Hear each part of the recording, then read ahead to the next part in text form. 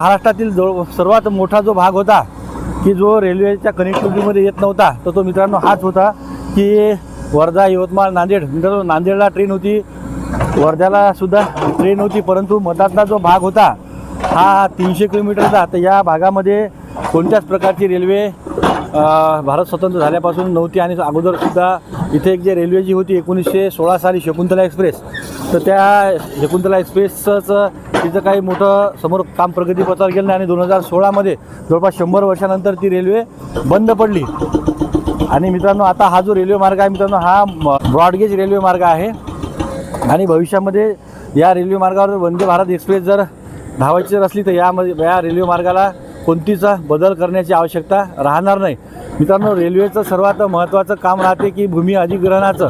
तर त्या भूमी अधिग्रहणाच्या कामासाठीच भरपूर थोडा उशीर लागल्यामुळं या रेल्वे कामाला थोडा उशिरा याचं काम सुरू झालं. परंतु मित्रांनो या मागील 4 ते 5 वर्षामध्ये आपण बघू शकता की आमचे मागील जवळपास 4,500 व्हिडिओ आम्ही या रेल्वेचे टाकलेले आहेत आणि आपण आमच्या व्हिडिओमधून बघू शकता मागच्या की आता जे काम आहे मित्रांनो अतिशय प्रगतीपथावर हे काम सुरू आहे. आणि या मित्रांनो जर नवीन रोजगार क्षमता जर एखाद्या भागात उपलब्ध करायची असली तर इंडस्ट्री एरिया आणायचा सर्वात महत्त्वाचं मित्रांनो दळणवळणाची व्यवस्था आणि रेल्वे ज्या ठिकाणी रेल्वे गेलेली आहे मित्रांनो त्या भागाचा आर्थिक विकास आणि रोजगाराच्या संधी त्या ठिकाणी जास्त उपलब्ध झालेल्या आहे. कारण मित्रांनो कमी वेळेमध्ये कमी पैशामध्ये आणि अत्यंत वेगवान स्वरूपात तुम्हाला सगळा कच्चा माल या ठिकाणी उपलब्ध होऊ शकतो आणि आपल्या फॅक्टरीमध्ये तयार झालेला पूर्ण पक्का माल तो रेल्वेने खूप आपल्या इंडस्ट्रीजवाले कुठंसुद्धा पाठवू शकतात. हे महत्त्वाचं काम रेल्वेचं आहे मित्रांनो. फक्त प्रवासच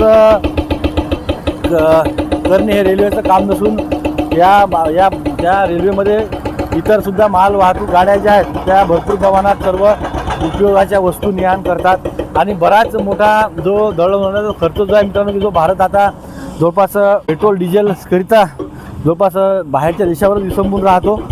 तर त्या मित्रांनो हा पर्यायी व्यवस्था जी आहे रेल्वेची तर ही खूप महत्त्वाची ठरणार आहे. कारण की मित्रांनो आपल्या भागामध्ये सूर्यप्रकाश जो आहे तो हा भरपूर प्रमाणामध्ये आहे आणि रेल्वे विभागाचा असा प्रयत्न सुरू आहे की भविष्यामध्ये ह्या रेल्वेच्या ज्या आहेत तर त्या स्वतःच रेल्वे विभाग जो आहे तो आपल्या विजेद्वारे स्वतःची वीज स्वतःच निर्माण करण्याचे प्रयत्नसुद्धा रेल्वे विभागाचे चालू आहेत. मित्रांनो खूप मोठा प्रोजेक्ट आहे 284 किलोमीटर लांबीचा आणि जवळपास मित्रांनो 4,000 करोड रुपयाचा लागत असलेला मोठा प्रोजेक्ट आहे. आमचे व्हिडिओ तुम्ही लाईक करा, जास्तीत जास्त लोकांपर्यंत पोहोचण्यासाठी शेअर करा.